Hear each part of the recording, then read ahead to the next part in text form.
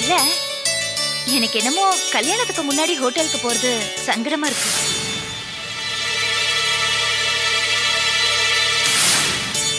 எந்த லவர்ஸ்க்குமே இல்லாத பெருமை நமக்கு இருக்கு.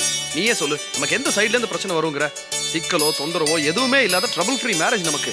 என்ன சம்பிரதாயப்படி தாலி கட்டி மாலை மாத்தலையே தவிர கிட்டத்தட்ட இப்பவே நம்ம ஹஸ்பண்ட் அண்ட் ஒய்ஃப் மாதிரி தான். ஸோ நம்ம இப்போ காஃபி சாப்பிட்டே ஆகணும் எதிர்காலம் மிஸ்டர் செல்வம்.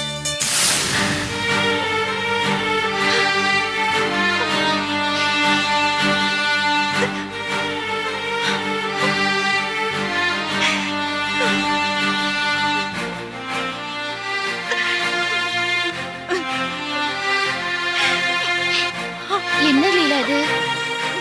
சின்ன புள்ள மாதிரி தனியா உட்கார்ந்து அழுதுட்டு இருக்க. முடியல. என்னால முடியல. லீலாவை மறக்க முடியலன்னு முழுசா என் மனசை போட்டு பூட்டி வைக்க முடியலக்கா. அவரோட நினைப்ப மறக்கணும்னு நினைச்சாலும் அதை விடாம என்ன சுத்துதுக்கா. லீலா, ஆனா எவ்வளவு வேதனையை நான் அனுபவிச்சாலும் அதுக்கு விடையா என் கண்ணீரை மட்டும் தான் நான் தருவேன். ஒரு நாளும் அப்பாவை வருத்தப்பட வைக்க மாட்டேன். என் வேதனை எனக்குள்ள மட்டும்தான். அது என்னுடைய போட்டு. சத்தியமா லீலா வருத்தப்பட வைக்க மாட்டேன். அப்படி ஒரு சந்தர்ப்பத்தை ஏற்படுத்தவே மாட்டேன். வேதனைப்படாதடா செல்வம். உன்ன மாதிரி ஒரு நல்லவனை அழ வைக்கிறத நினைச்சு அந்த சாமி தாண்டா சங்கடப்படணும். நான் நல்லவ இல்லைன்னு லீலா மாதிரி ஒரு பொண்ணு வேதனைப்பட வச்சு நான் எப்படி நல்லவனா இருக்க முடியும்? நான் என் சந்தோஷத்தை பத்தி மட்டும்தான் யோசிச்சேன். எனக்குள்ள சுயநலம் இருக்கு. ஆனா லீலா அப்படி இல்லை.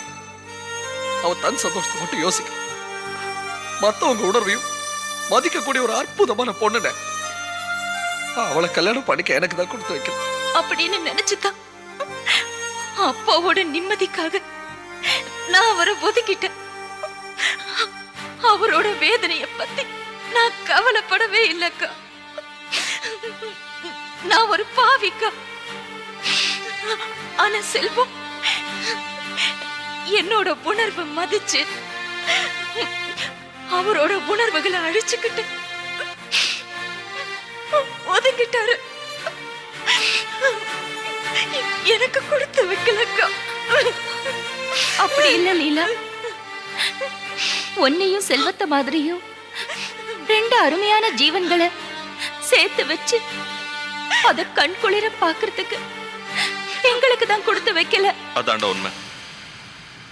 உன்ன மாதிரி ஒருத்தனுக்கு நியாயமா கிடைக்க வேண்டியது கூட கிடைக்கலன்னா இந்த உலகத்துல தாண்டா ஏதோ கோளாறு இருக்கு. இந்த கோளாறு கடவுளாலதான். கடவுளுக்கு சில நேரத்துல கண்ணு தெரியாம போயிடுதோன்னு எனக்கு சந்தேகமா இருக்கு. யார் யாருக்கு எதை கொடுக்கணும்னு தெரியாம பண்ணிட்டு இருக்காரு. லீலா, அழாதம்மா. அழுகையை நிறுத்தி நிம்மதியா படுறா. நீ அழுதா யாராலையும் பொறுத்துக்க முடியாதுடா செல்வம். லீலா சொன்னதுனாலதான் நீ ஒதுங்கின. அப்புறம் ஏண்டா அழற? இத பாரு செல்வம், இதெல்லாம் ஏதோ ஒரு நன்மைக்காக தான் நடந்ததுன்னு நினைச்சுக்கோ. நான் சொல்றது அபத்தமா பட்டாலும் பரவாயில்ல. ஆனா நீ அப்படி நினைச்சாதான் இதுல இருந்து மீள முடியும். வா, வந்து படுத்துக்கோ. படுறேன்.